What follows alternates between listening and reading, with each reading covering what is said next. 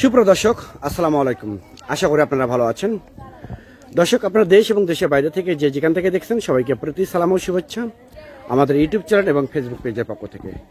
সম্মানিত দর্শক, আমি বর্তমানে হাজির হয়েছি বরিশাল জেলায়।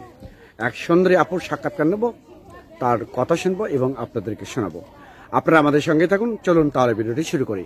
আপু আসসালামু আলাইকুম। ওয়ালাইকুম আসসালাম। কেমন আছেন? আছি কোন রকম ভালো আছি ভাই। নামটা কি আপনার? প্রিয়া। প্রিয়া আপু কি বিবাহিত না অবিবাহিত? অবিবাহিত। অবিবাহিত। আচ্ছা আপু, তাই এত সুন্দর, নামটাও সুন্দর, চেহারাটাও সুন্দর, গোলাপি একটা কাপড় পরছেন, এটাও সুন্দর। তা মূলত আপনি ইউটিউবের সামনে কি জন্য আসছেন? ইউটিউবের সামনে আইছি প্রতিবেদনের সামনে যে দর্শক ভাইরা একটা যদি মনের মতো মানুষ পাইতাম, পাশে থাকতো, সারা জীবনের দায়িত্ব নিত, এরকম একটা লোক যদি পাইতাম তাহলে বিয়ের শাদী বসতাম।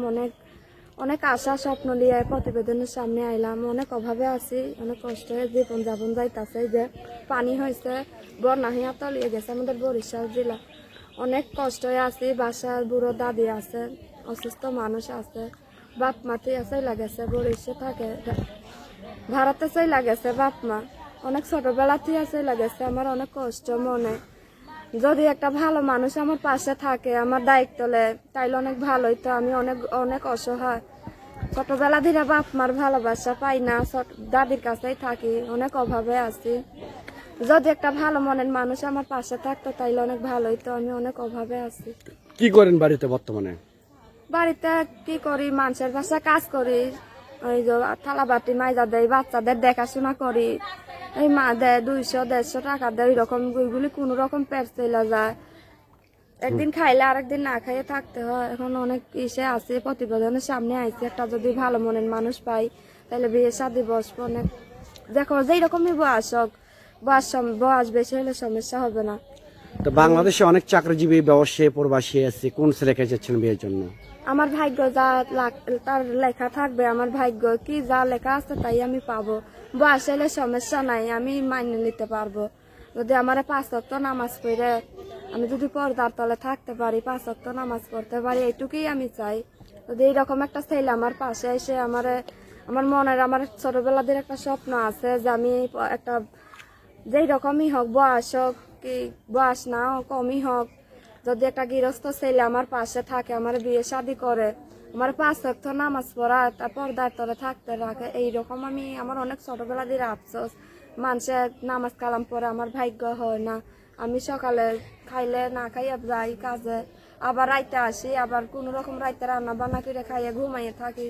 আমার কোনো ভাগ্য, কোনো সুখ বলতে কিছু নাই। একটা যদি মনের মানুষ আমার পাশে থাকে তাইলে অনেক ভালো হইতো। আচ্ছা, বন্যা কবলিত, বন্যা তো আসছে, এখন আপনার সমস্যা কি কি বন্যা কবলিত এলাকায়? এই যে বন্যা হয়েছে, পানি টানি হয়েছে, এখন কাজে কামে যাইতে পারি না। যে মানুষ অনেকে দিতেছে, খাবার দিতেছে, ওই যে রাস্তা পারে যারা থাকে তারা পাইতেছে, আমরা ঠিক মতো খাইতেও পারতেছি না, অনেক অভাবে দিন যাইতেছে। যদি দর্শক ভাইরা কেউ যদি একটু সাহায্য করে, যদি আমার পাশে থাকে, সারা জীবনের জন্য আমার পাশে থাকে, এরকম একটা লোক চাই। এরকম একটা লোক চাই। বাংলাদেশ ধরেন কোনো প্রবাসী ভাই যদি আপনার এই না, আপনার চেহারা দেখে, আপনার ভিডিও দেখে কেউ যদি আপনাকে পছন্দ করে, আপনাকে ফোন দেয়, কেউ বিয়ে করতে চায়, তার যদি কোনো সন্তান বউ থাকে, সেক্ষেত্রে আপনার কোনো সমস্যা হবে কিনা? কোনো সমস্যা নাই। তার যদি বউ থাকে, পোলাপান থাকে, আমার কোনো সমস্যা নাই। সে আমার পাশে থাকবে। আমার যদি 1 মাসের মধ্যে একদিন আমার কাছে আইসা যদি কথাবার্তা বলে আমার কাছে থাকা যায়, একদিন থাকলেও আমার কোনো সমস্যা নাই। আমি চাই না যে আমার কাছেই থাক, এদের কাছেও থাকবে, আমার কাছেও থাকবে, ফোন দিয়া কথাবার্তা করবে, এইটুকুই চাই। আমি বেশি কিছু চাই না। বেশি কিছু চাচ্ছেন না? আচ্ছা, আপনার বাসায় কি কি করেন আপনি? বাসা কোনো কাজ কাম করি না। বাসায় কোনো কাজ কাম করি নাই। যখন বন্যা হইয়া গেছে না, এখন বসেই আছে, যে মানুষে দিতেছে খাবার, এইগুলি খাইতাছি। প্রতিবেদনের সামনে আইলাম, যদি একটা ভালো মনের মানুষ পাই, বয়স হইলে সমস্যা নাই, আমার পাশে থাকে, আমার দায়িত্ব নেয়, আমার 5 ওয়াক্ত নামাজ পড়া, পর্দার তলে রাখতে পারে, এইরকম একটা লোকই আমি চাই। দর্শকদের উদ্দেশ্যে আর কি বলতে চাচ্ছেন? দর্শকদের কথা এটাই তো বললাম যে আমার পাশে একটা ভালো মনের মানুষ থাকলে আমি তার সারা জীবন তার পাশে থাকবো। তাই আমি তারা, আমার যদি সে সাইডে চলে যায়, আমি তারা ছাড়বো না, তার অপেক্ষায় থাকবো। আচ্ছা ঠিক আছে, নামটা কি জানো? প্রিয়া। প্রিয়া আপু, আপনাকে অসংখ্য অসংখ্য ধন্যবাদ আপনার মূল্যবান সময় দেওয়ার জন্য। সুপ্রিয় দর্শক, আপনারা দেখতে পাচ্ছেন যে অনেক সুন্দরী একটা আপুর সাক্ষাৎকার প্রিয়া আপুর। ওনার স্ক্রিনে কন্ট্যাক্ট নাম্বার দেওয়া থাকবে এবং এই ভিডিওটা বিভিন্ন অনলাইন প্ল্যাটফর্মে, ফেসবুক পেজে, ইউটিউব চ্যানেলে আরও অন্য প্ল্যাটফর্মে চলে যাবে। স্ক্রিনে দেওয়া নাম্বারে তার সাথে সরাসরি আপনারা যোগাযোগ করে কথা বলতে পারবেন। সবাই ভালো থাকবেন, সুস্থ থাকবেন, আল্লাহ হাফেজ।